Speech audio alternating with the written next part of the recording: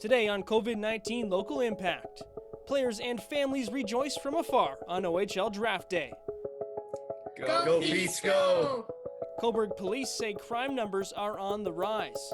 I think for March I had four additional break-and enters. And Peterborough Mayor Diane Therrien addresses the abuse of an essential service. Discouraging people from using it just as something to do.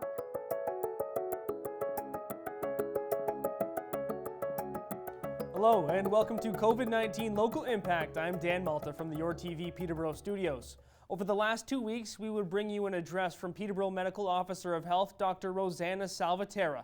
The updates from Dr. Salvaterra and the Peterborough Health Unit will now be limited to once a week, and you will be able to watch those right here each Wednesday. In the meantime, here's a look at the updated and official numbers from Peterborough and County, Kawartha Lakes, and Northumberland. In Peterborough City and County, Hiawatha and Curve Lake First Nations, confirmed positive cases 44, confirmed negative 737, 187 cases currently under investigation. The death toll remains at 0 with 7 resolved cases. In the city of Kawartha Lakes, the number has jumped to 82. In Northumberland, 13 is the number of confirmed cases, and the death toll in the city of Kawartha Lakes now reaching 24. A reminder, those numbers may change as the day goes on. With some areas of the construction industry halted due to Premier Ford's recent announcement, there are still some health concerns that have not been addressed. Your TV's Mary Tendeshat spoke with the members of the Peterborough and District Construction Association addressing the challenges the industry faces, as well as the loss of one of their directors late last week due to COVID-19. Yes, his name was Ken Wilkes, and he contracted the COVID-19 virus about 3 weeks ago, and he's been in the hospital for 2 weeks, and he passed away on April the 2nd. Ken was in contact with a lot of people. He was a health and safety inspector, trainer, coach, consultant. He was in contact with like everybody. He was on job sites. He was everywhere. He wasn't traveling, I know that. But so I'm assuming, whoever he came in contact with is how he got it. 160 new inspectors they've appointed to control the job sites. But how can you control a 52-story condominium building where there is 300 workers and they have to work side by side? If any industry right now is tough to control, it's construction industry, especially the ICI sector, industrial, commercial, and institutional. Home building is always a smaller workforce. They are a little bit further apart. They don't see the issues as bad as we do. You hear horror stories coming from the job sites. One of them being that they put sanitation devices with hand sanitizer on the entrance of the job site, and then 2 hours later somebody stole it. That kind of stuff. The workers have a really hard time in social distancing because, let's say a drywaller, they need to be with 2 people and they are close together. And how can you social distance that way? Sanitation is a big problem. Most construction sites have Johnny on the spots. So they're used by 20, 30, 100 people, at the same time. And they have the companies coming, I understand, every day to sanitize them. But there's a lot of traffic going through them. And it's a germ pit. Premier Ford announced on Friday, April 3rd, that just passed, that all industrial construction is going to stop, that only essential infrastructure business or construction is able to continue, and that no new residential construction. Obviously, there will be some economic impact with those businesses not being able to work. But do you think that this is a good course of action to stop this, or is it too little, too late? Is it appropriate?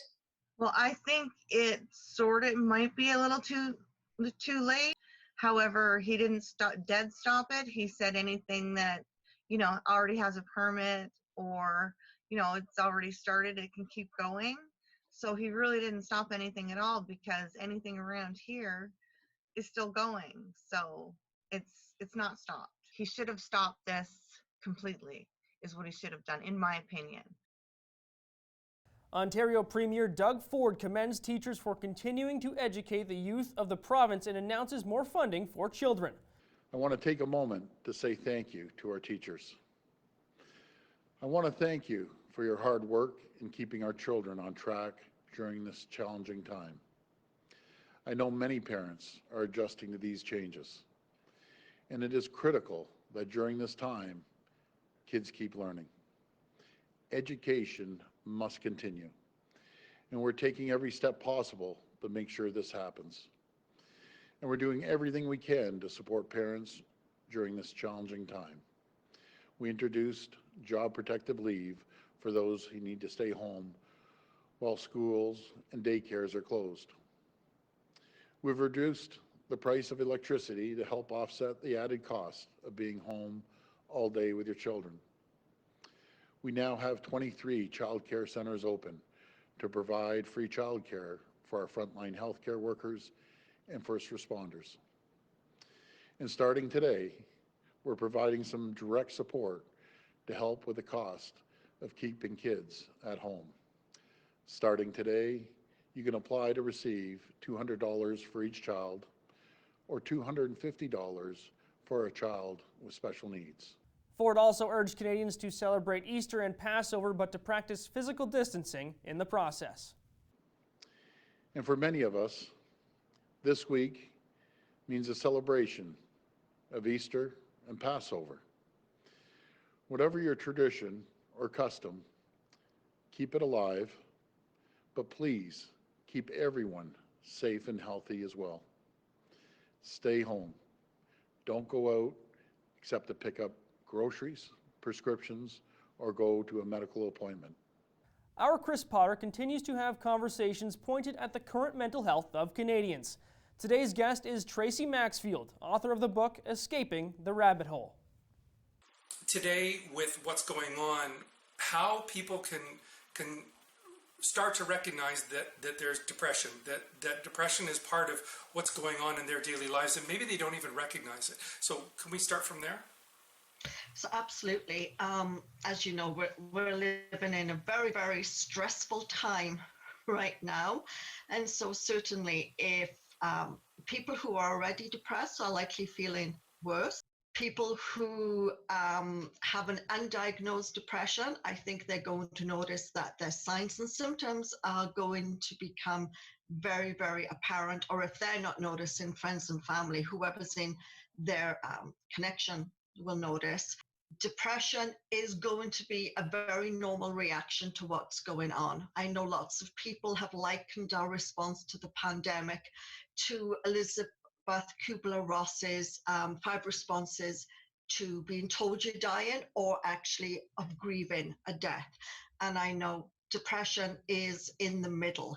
You're going to find that this pandemic news is so completely overwhelming you that you feel very trapped. And that's the struggle with most of the people that we know of, and you and I both know depression very well, is that even though you can spend time with someone and you can sit around and have a laugh, and it was a very enjoyable evening, that feeling of sadness and hopelessness and despondency and that you're not whole.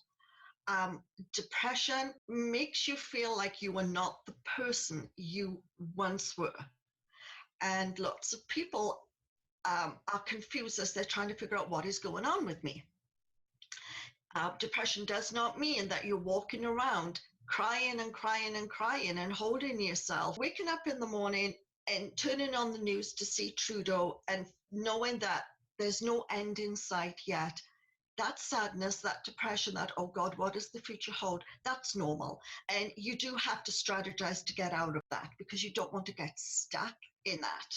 If someone is finding themselves mired in and feeling like they've got cement shoes, or if they feel like someone's sitting on their chest, if they're at that point, they need help.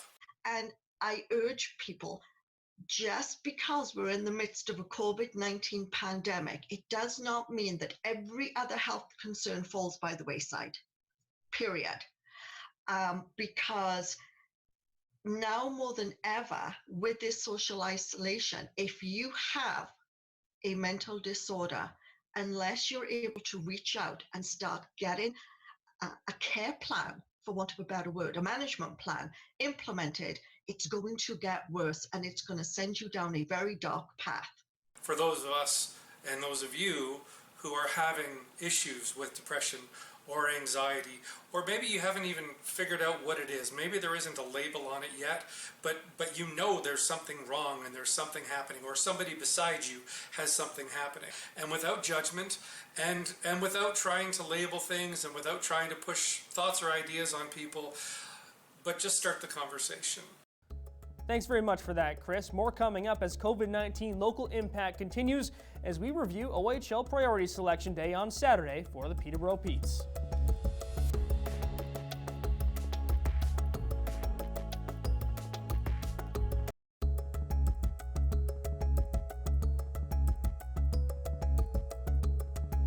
Welcome back to COVID-19 Local Impact. I'm Dan Malta in the Your TV Peterborough studios. With sports currently on the back burner, the OHL Priority Selection was a welcome respite for hockey fans, hockey players, and their families.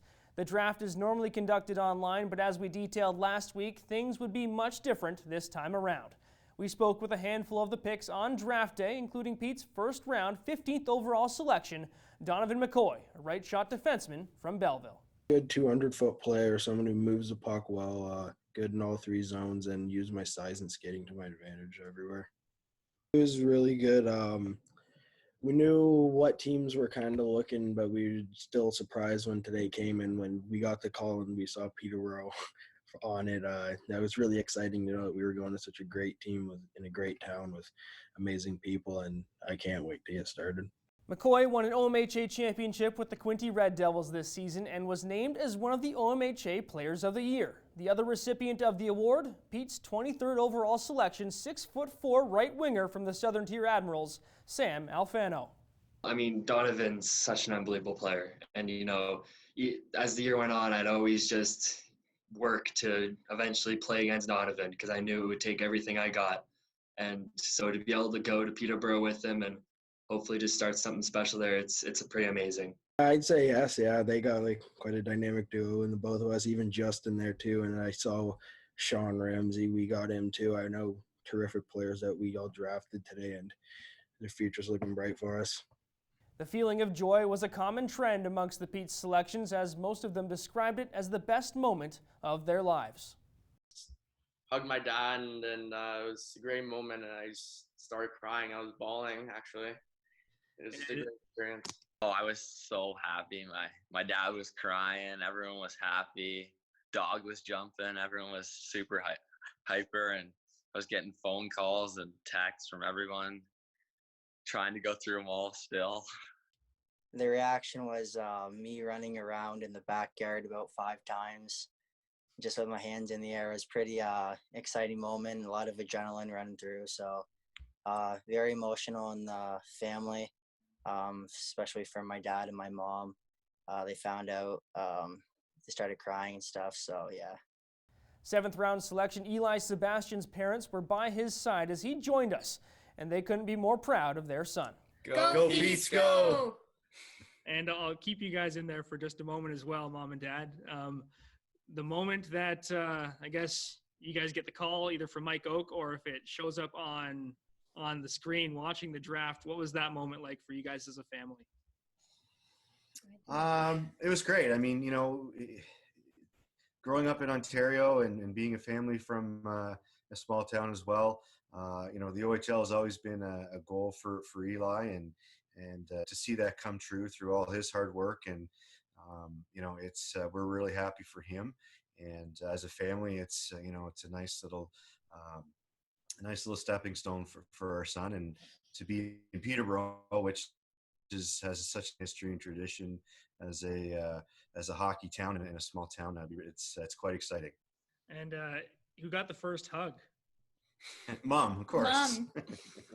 I'm really super proud of Eli. So he got a very big hug from me.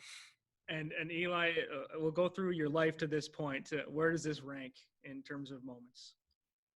This is definitely up there for sure. Obviously, like been looking forward to this for a lot of years. It's been on my mind. So just today overall, it's just amazing experience, and I'll definitely never forget it.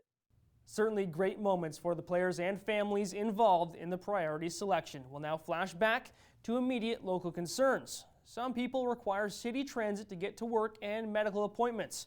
Peterborough Mayor Diane Therrien stresses buses are running as an essential service. So we're, discouraging people from using it just as something to do. So please be, courteous of that, because that's been something that's a problem, not just here, but in basically all municipalities. I know last week you put out a call to get people to continue moving, to not congregate on the trails, to not congregate on picnic benches and picnic tables. Has that campaign been effective? I think most people get it. I haven't heard too much about folks on the trails or sidewalks, congregating. So that's a good thing. Again, because the weather's nice out on the weekends, families want to go out for a walk, and we're very fortunate to have so many trails in the community. And I've talked to people that said, "Oh yeah, I was out for a run, and I spent most of it kind of on the grass," because they wanted to make sure they were giving people that space. So increasingly we are getting people emailing and saying, there's people congregating at this running track or at this person's house. So we forward those on to the police, and they've been very good at getting back to us and letting us know that they'll put that on their patrol route, whether it's on, bike or walking, or in some of the other neighborhoods they might be driving by, but certainly they're taking it very seriously. Grieving the death of a loved one at any point is hard for a family to deal with, but Scott McCoubry, owner and operator of McCoubry Funeral Home in Coburg, says during COVID-19, it has put extra strain on families. Yeah, currently, and you're right to say the date, because these restrictions are extremely fluid. They're moving all the time. It was only a week and a half ago, I believe the restriction was 150, and then it was 50. Now it's gatherings of 5, except funerals. We're allowed to have a gathering of 10 as long as social distancing can be done. So the room has to be big enough. If you're going to have 10 people in there, it has to be big enough for everybody to have that 2-meter distance. There's no touching, there's no hugging, there's no way of showing that physically. What is happening now all over Ontario is what we're calling in the profession parking lot visitations.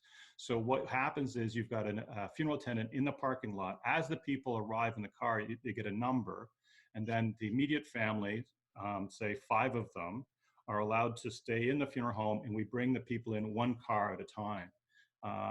That's the safest approach we have. Of course, every single person that enters the facility has to go through that usual barrage of tests.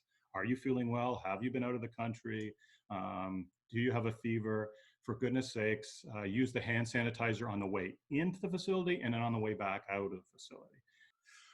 What ways are you now going or trying to go about to help families who are now grieving a loss of a loved one, to help them along this process? Because obviously this is going to be the new norm for the foreseeable future, unfortunately.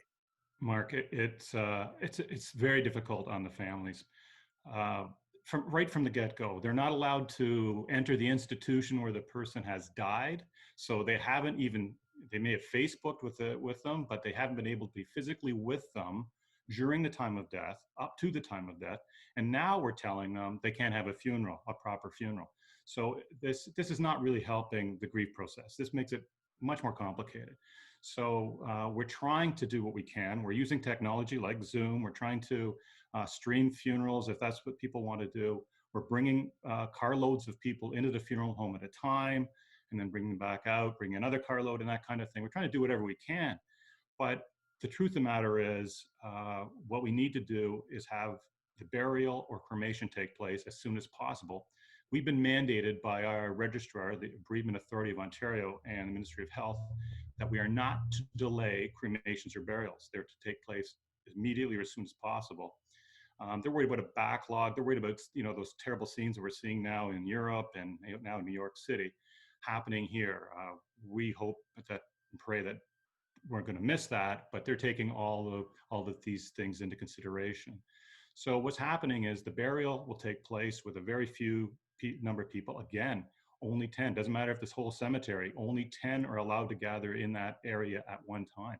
So we're very, very restricted. And then we suggest, and the family suggests to us too, that down the road when things are back to normal, whatever that'll be, we'll have a memorial service, celebration of life, that kind of thing. Now staying in Northumberland County, Cobourg Police Chief Paul Vandegraff gives an update to Your TV's Mark Rockburn on if the police force is seeing a rise in calls during COVID-19 and how they are responding to calls that deal with public gatherings. Yes, we have seen a small rise in break-and-enters here. I think for March, I had four additional break-and-enters, commercial break-and-enters. So that's a rise for us. So that tells me that there's something in relation to this pandemic that we're dealing with. Also, people are now at home a lot, and we're seeing increasing frustrations. So people aren't getting paid, people can't go to work, kids can't go to school, and we create a whole lot of family dynamic. And I know we've been working very closely with Cornerstone here in Cobourg, and really trying to get some positive messaging out there. But people who are living in violent circumstances in homes and are vulnerable already, this is going to make them more vulnerable. But Cornerstone is still here to help. So we are seeing a slight rise in domestic disturbances. Again, not domestic assaults, that's a criminal event, but that whole family unrest. So we're starting to see a bit of that percolate. No more than 5 people allowed to be in a gathering, unless, of course, your immediate family. Have you been receiving many of those calls or complaints, and how is the police force dealing with those when they come in? We are seeing an increase in calls, so we are managing the social distancing. Just today at the emergency management meeting, we talked about putting out some positive messaging around the restrictions. And I know it's kind of different, but our parks are closed. A lot of those things are not available for us. We don't want to see any more than 5 people in a group, and there's laws and charges associated with that. We're going to be moving forward with a really high-end public relations. I'm going to be redeploying some of the auxiliaries and special constables effective Monday to really getting into the parks. But it's important to remember that you can still move through a park. You can still move along the beach. You can still move along the boardwalk. However, Toronto passed a bylaw where no 2 people who must live in the same house can be within 6 feet of each other. We're really going to be focusing on that social distancing, self-isolating as best you can. We've been continually working with the grocery stores, meeting with them regularly, attending there regularly. They've all really come along. We've really come a long way over the last week and a half. And I'm really comfortable where we're at right now. But we will proceed with charges if required, but I don't think we need to get there. I think everybody kind of gets it. So the plan going ahead then is that you will be actively in parks, the beach area and whatever, walking around, just reminding those people what the rules are and that they can't be at a gathering inside the park. And we're working with the town for some proper signage, but yeah, our auxiliaries, our special constables, and our patrol officers will be very visible in all of these areas as we move through this ever-changing dynamic that has now become COVID-19.